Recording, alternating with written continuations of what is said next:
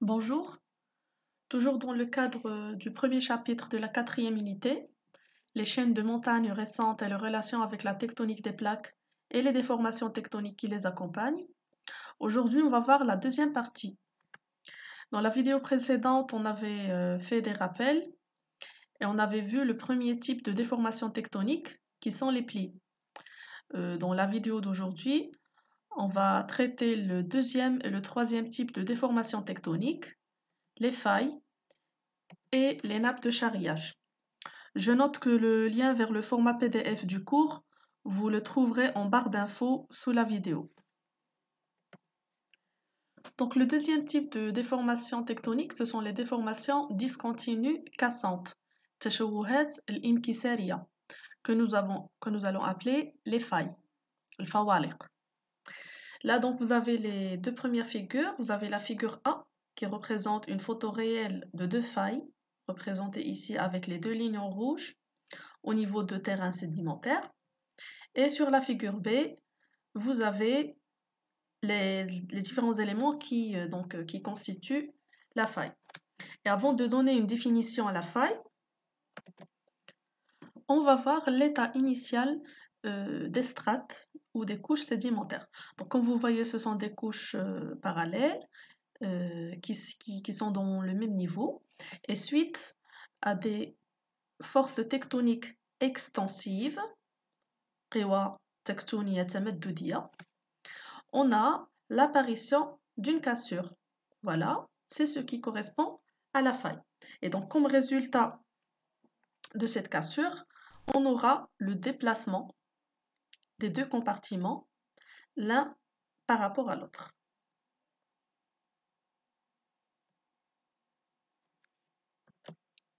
Donc là, on peut définir la faille comme déformation tectonique, qui est une cassure au niveau des couches de terrain et qui s'accompagne d'un déplacement des deux compartiments ainsi créés. Donc maintenant, en ce qui concerne les éléments de la faille, on va commencer par les deux compartiments qui sont le résultat donc de la faille. Là, on a le compartiment soulevé qui va se déplacer vers le haut et que nous allons appeler mur, et le compartiment affaissé qui va se déplacer vers le bas et que nous allons appeler toit. Deuxième élément, on a ici plan de faille, c'est ce qui est représenté en rouge. Voilà, donc ce plan de faille, c'est la surface le long de laquelle les deux compartiments ont glissé. Donc le plan de faille peut être incliné, comme sur la figure ici, et on peut aussi voir donc un plan de faille qui est perpendiculaire avec les couches sédimentaires. Et là donc ce glissement, qui est le résultat de la faille, s'accompagne avec l'apparition d'une surface polie ici, que nous allons appeler miroir de faille. Et pour le dernier élément, on a le rejet.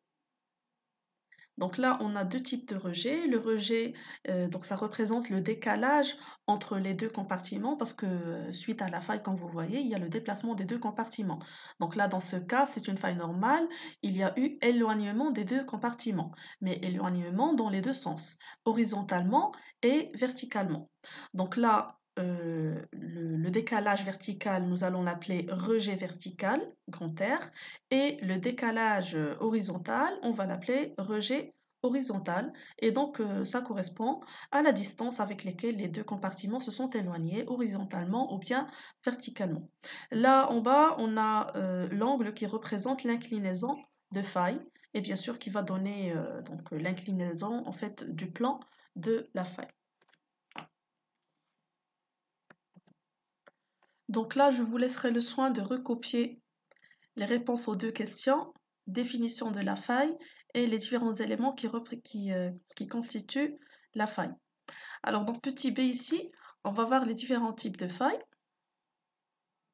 Donc là, on a une faille normale. Donc c'est le résultat de forces tectoniques extensives. Et donc comme résultat, les deux compartiments vont s'éloigner l'un de l'autre. On parle de faille normale.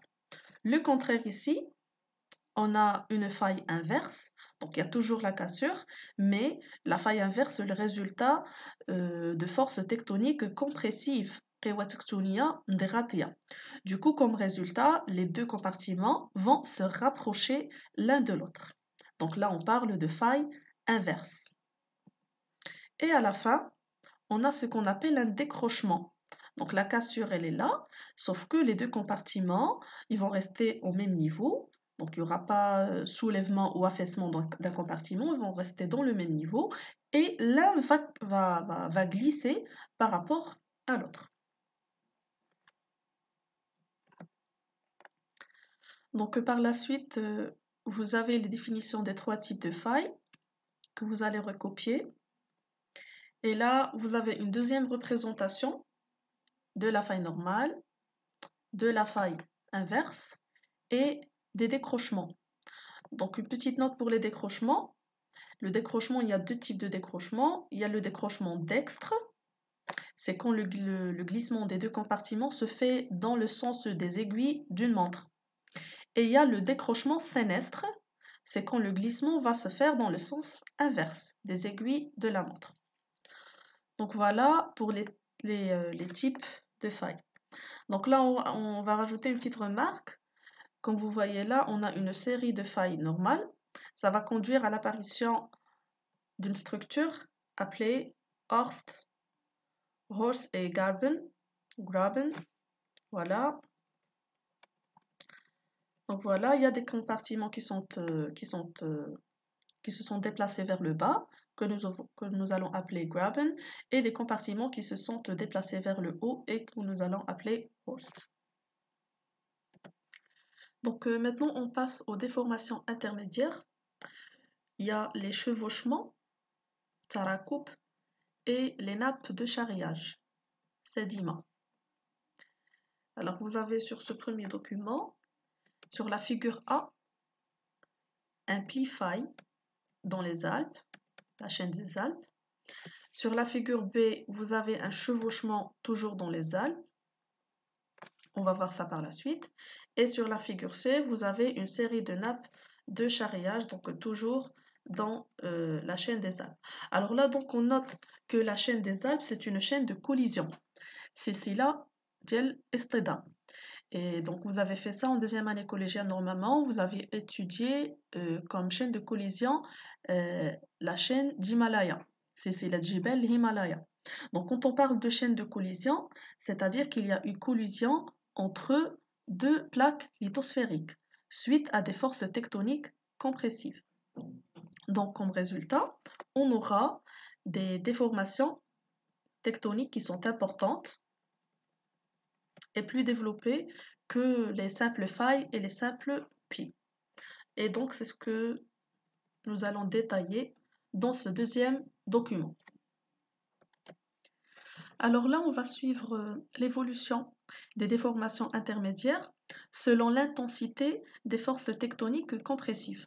Donc là, on va commencer par la faille inverse, qui est le résultat de forces compressives, et comme vous voyez, les deux compartiments se sont rapprochés et il y a eu un raccourcissement horizontal avec un épaississement vertical.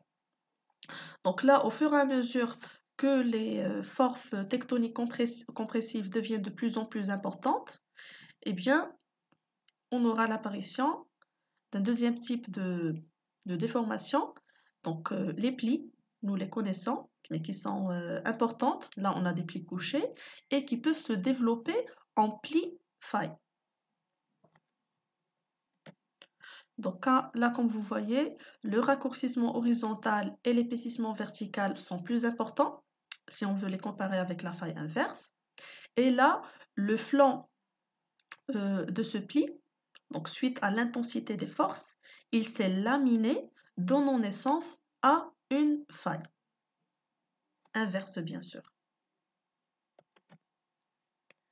Et là donc, au fur et à mesure que les forces tectoniques compressives deviennent plus importantes, on aura ce qu'on appelle un chevauchement, tarakoub. Et donc là, on aura une série de terrains qui va se déplacer toujours dans le sens de la compression, et qui va chevaucher une autre série de terrains. Et là, donc, par le biais ici d'une faille inverse, qui est un contact anormal, bien sûr, entre les deux séries de terrains. Et là, en général, le déplacement de cette série en haut n'est pas très important, donc ça ne dépasse pas quelques kilomètres. Et dans ce cas, on va parler de chevauchement.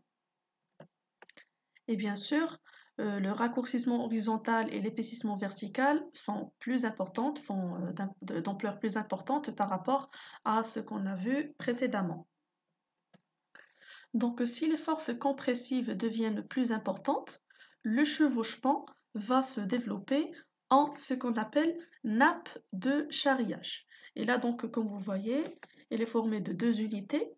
L'unité chevauchée, المركوبة الوحدة المركوبة, et là, l'unité chevauchante, الوحدة الراكبة. D'accord? Et donc là, on peut voir aussi qu'il y a un fragment de nappe suite à l'érosion, donc qui est là. Ça s'appelle un clip. Et on a aussi là une fenêtre. Donc c'est une dépression creusée par l'érosion et qui va faire apparaître les terrains ici de l'unité chevauchée. Donc pour mieux comprendre la différence entre chevauchement et nappe de charriage, la distance parcourue par le chevauchement, comme vous voyez là. Donc on a dit qu'elle est de quelques kilomètres, donc elle n'est pas très importante, comparée à la distance parcourue par la nappe de charriage, qui est une distance importante et qui peut atteindre des dizaines de kilomètres. Voilà.